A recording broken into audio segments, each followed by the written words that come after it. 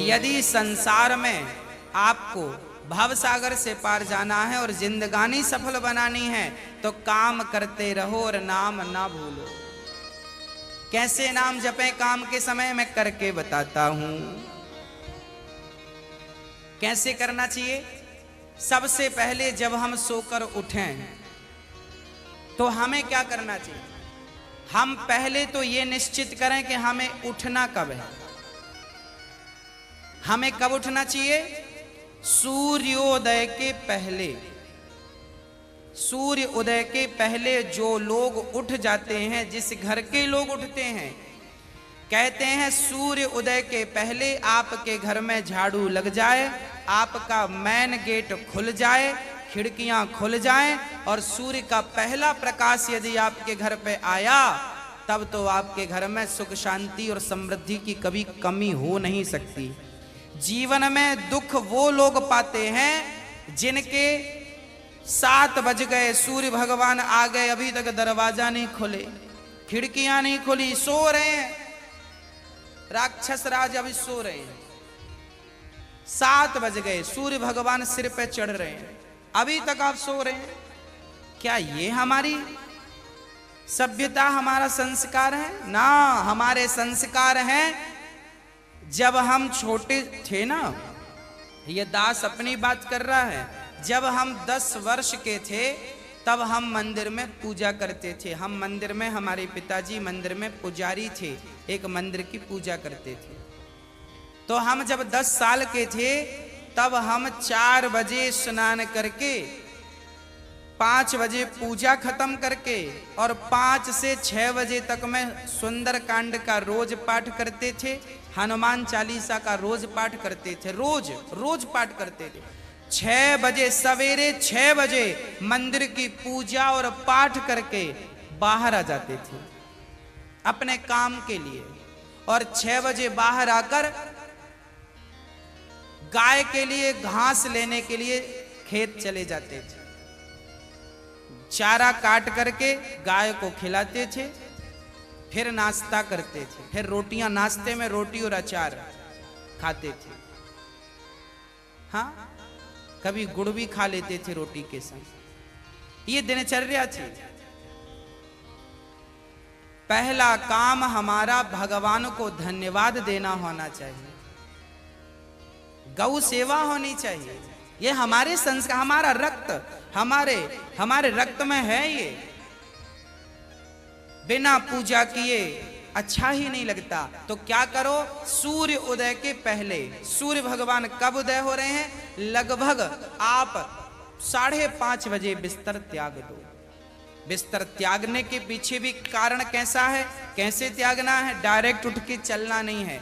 सबसे पहले जैसे ही आपकी आंख खुले, आंख खोलते ही राम नाम ते ही सुमिरन कीन्हा, हृदय हरस कपि सज्जन चीन्हा, यही सन हठ करी हूं पहचानी, साधु ते हो ही न कारज हानि।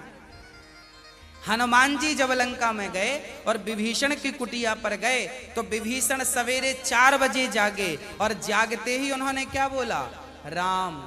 अर्थात आप जब जागें तो जागते ही राधे कृष्ण, सीताराम, श्रीमन नारायण, भगवान का नाम हरे कृष्ण कृष्ण कृष्ण हरे जपें।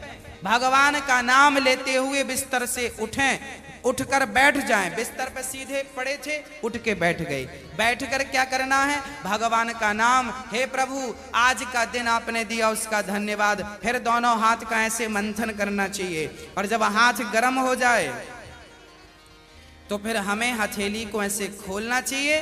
खोलने के बाद हमें एक मंत्र पढ़ना चाहिए। मंत्र याद ना हो तो आप ऐसा करो, कराग्रे वसते लक्ष्मी, कर मध्य सरस्वती, कर मूले तु गोविंदा, प्रभाते कर दर्शनम। कराग्रे वसते लक्ष्मी, कर के अग्रभाग में लक्ष्मी का वास होता है। यहाँ कराग्रे वसते लक्ष्मी, कर मध्य सरस्वती, यहाँ सरस्वती का वास होता है, और पूरे हाथ में भगवान कृष्ण का, नारायण का वास होता है। कर मूले तो गोविंद। तो दोनों हाथों का मंथन, यहां लक्ष्मी का ध्यान सवेरे करेंगे तो आपके घर में लक्ष्मी आएगी, सवेरे से ध्यान होगा। सरस्वती का चिंतन करेंगे तो आपकी वाणी से दिन भर कोई गलत शब्द नहीं निकलेगा, गलत वाक्य नहीं निकलेगा, गलत विचार नहीं निकलेंगे, आपकी वाणी से कोई दुखी नहीं होगा। और गोविंद का ध्यान करेंगे, मेरे नारायण मेरे कृष्ण का ध्यान करेंगे तो आपको सब कुछ मिलेगा। तो पहले दोनों हाथों का मंथन करके दर्शन करें, फिर दोनों हाथों का मंथन करके जब हाथ गर्म हो जाएं तो अपने चेहरे पर लगाएं, अपने नेत्रों पे वो हाथ लगाएं। और उसके बाद सबसे पहले उठकर आप अपने बच्चों को ये चीजें समझाएं। सबसे पहले उठकर आप पृथ्वी माता को प्रणाम करें। पृथ्वी माता को, हे पृथ्वी माता आपका धन्यवाद, आपने हमें एक अवसर दिया है। आपके ऊपर हम कितना पाप करते हैं, हाँ, मलमूत्र जैसी गंदगी त्यागने के लिए हम मजबूर हैं। माँ हमें क्षमा करना, पृथ्वी माँ को प्रणाम करना चाहिए। उसके बाद आप अपना पांव बिस्तर के नीचे रखें, हाँ, उसके बाद बिस्तर के नीचे पांव रखें और सबसे पहले सवेरे बढ़िया सा पानी पेट भर के पीना चाहिए। मैं थोड़ा स्वास्थ्य की बात भी आपके लिए कर दूं। बच्चों को तो जानकर रात के तांबे का बर्तन जानते हैं, कॉपर, तांबे के लोटे में धुलकर पानी भर दो, उसे ढक दो और वही तांबे के बर्तन में जो रात भर से पानी पड़ा था उस पानी को सवेरे बच्चों को पिलाओ। वो तांबे के पात्र का जब पानी बच्चे पिएंगे तो वो बच्चों की बुद्धि प्रखर होगी, बच्चे प्रखर बुद्धि वाले होंगे। यदि आपके घर में चांदी का सिक्का है तो आप लोटे पर चांदी का सिक्का भी डाल सकते हैं, नहीं है तो कोई बात नहीं।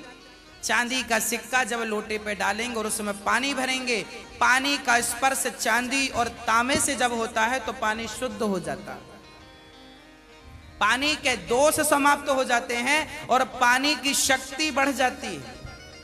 अरे फिल्टर करने वाली मशीनें जो आपने घर में लगवा रखी हैं, आरओ, ये क्या करते हैं? ये पानी वेग से जाता है, टकराता है, टकराने से पानी की शक्ति घटती और बढ़ती है। सबसे ज्यादा शक्तिशाली पानी कौन सा? झरने का पानी। गंगा का पानी शक्तिशाली क्यों है? क्योंकि वो हजारों किलोमीटर की यात्रा करता है, पानी पत्थर से टकराता है, उसकी शक्ति बढ़ जाती है। तो चांदी और कॉपर की जब पानी स्पर्श करता है तो उसकी शक्ति बढ़ जाती है। वो पानी आप अपने बच्चों को पिलाएं, आप पिएं। 1 लीटर पानी सुबह बच्चों को पिलाएं उठकर, और बच्चों को जब पानी पिलाएंगे पेट में पानी जाएगा तो पेट की सारी गंदगी साफ होगी, आप अपनी क्रियाओं से निवृत्त हों और उसके बाद आप स्वच्छ कपड़े पहने और सबसे पहले हिंदू परंपरा के अनुसार 1 लोटे में जल भरें, तांबे के लोटे में, और सबसे पहले बच्चों के हाथ से 1 लोटा जल सूर्य भगवान को चढ़वाएं। जिसकी बुद्धि बिल्कुल शून्य है, जिन बच्चों की बुद्धि कम है या शून्य है, ऐसे बच्चे यदि जल चढ़ाएं तो उनकी बुद्धि प्रखर हो जाती है सूर्य नारायण की कृपा से। आप सभी बच्चों को, हम सब हिंदुओं को, चाहे वो स्त्री हो या पुरुष हो, बालक हो या बालिका हो, सबको सूर्य भगवान को जल चढ़ाना चाहिए। कैसे चढ़ाएं? ओम सूर्याय नमः, आदित्याय नमः, भौमाय नमः, खगाय नमः, भास्कराय नमः। सूर्य भगवान के 12 नाम आप ले लीजिए और जल चढ़ाइए, सूर्य भगवान को प्रणाम कीजिए, खड़े खड़े 7 बार घूम जाइए, प्रदक्षिणा कीजिए। सूर्य भगवान की 7 परिक्रमा होती हैं, 7 प्रदक्षिणा कीजिए सूर्य भगवान की। और उसके बाद यदि आप पति पत्नी में कोई खटापटी चल रही है, झगड़ा चल रहा है, तो आप भी जल चढ़ाएं सूर्य भगवान को, पर उसमें आप थोड़ा सा गुड़ डाल लें, गुड़, मीठा पानी।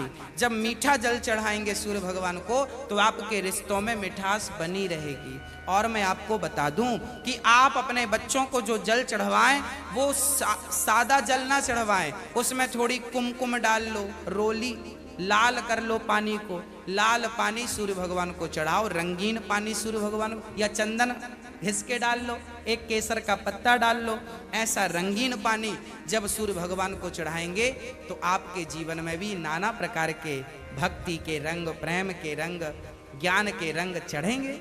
हाँ, तो सूर्य भगवान को प्रणाम करो।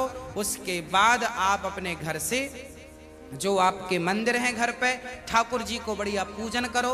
एक थाली साफ करो, थाली में बढ़िया सा एक स्टार बनाओ, चंदन का स्टार बनाओ, चंदन से स्टार बनाओ। उस स्टार, चंदन से स्टार बनाकर बीच में ओम ओम ओम लिखना चाहिए।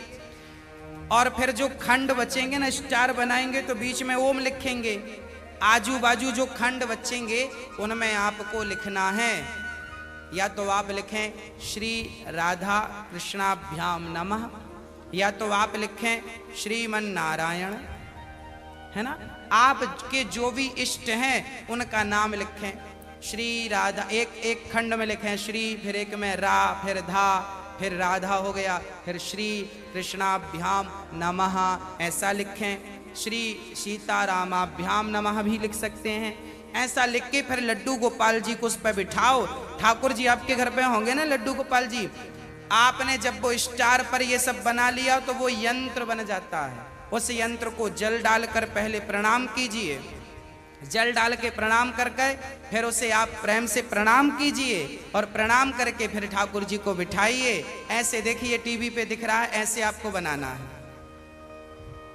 ऐसे आपको बना के ओम, फिर उसमें तुलसी का पत्ता चढ़ाइए लिख करके सब में, और फिर उसको प्रणाम कीजिए। जल चढ़ाइए, तुलसी चढ़ाइए, ये एक यंत्र बन गया। और इसे प्रणाम कीजिए। फिर इसके ऊपर ठाकुर जी को बिठाइए, गोविंद को बिठाइए, बिहारी जी को बिठाइए, और बिठाकर फिर उन्हें स्नान कराइए। प्रेम से स्नान कराइए। कैसे स्नान कराएं?